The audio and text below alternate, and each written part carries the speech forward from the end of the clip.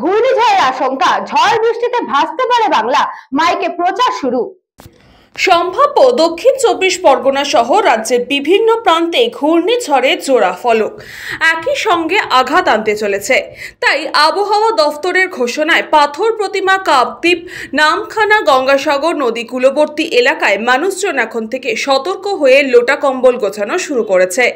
সকাল থেকেই প্রশাসনের পক্ষ থেকে মাইকে প্রচার করা শুরু হয়েছে। তবে মে মাসে ঘূর্ণিঝড় নতুন কিছু নয়, প্রতি বছরই মে মাসে একটা করে ঘূর্ণিঝড় হয়। তবে এবার ব্যতিক্রমী হতে চলেছে। এই কারণে আবহাওয়া দপ্তরের সতর্কবার্তা অনুযায়ী এই মে মাসে দুটি ঘূর্ণিঝড়ের আশঙ্কা তৈরি হয়েছে।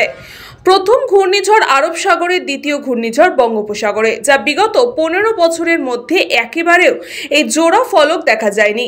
তবে শেষ পর্যন্ত দুটি ঘূর্ণিঝড় গাঙ্গেয় সুন্দরবন এলাকায় আঘাত হানবে, নাকি একটি ঘূর্ণিঝড়ের কাছ থেকে শক্তি কেড়ে নিয়ে অপর ঘূর্ণিঝড় প্রবল শক্তিতে আঘাত হানবে, সেটাই এখন আবহাওয়া দফতরের কাছে পরিষ্কার নয়।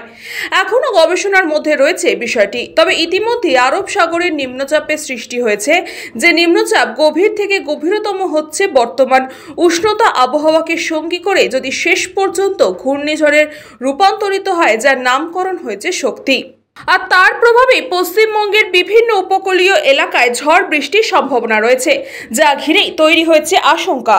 দেখুন, আমরা ব্লক প্রশাসন এমনি সাগর আমাদের যে কন্ট্রোল রুম অ্যাক্টিভ আছে, অ্যান্ড আমরা প্রি মনসুন মিটিং অলরেডি সমস্ত ডিপার্টমেন্টগুলোকে নিয়ে আমরা করেছি।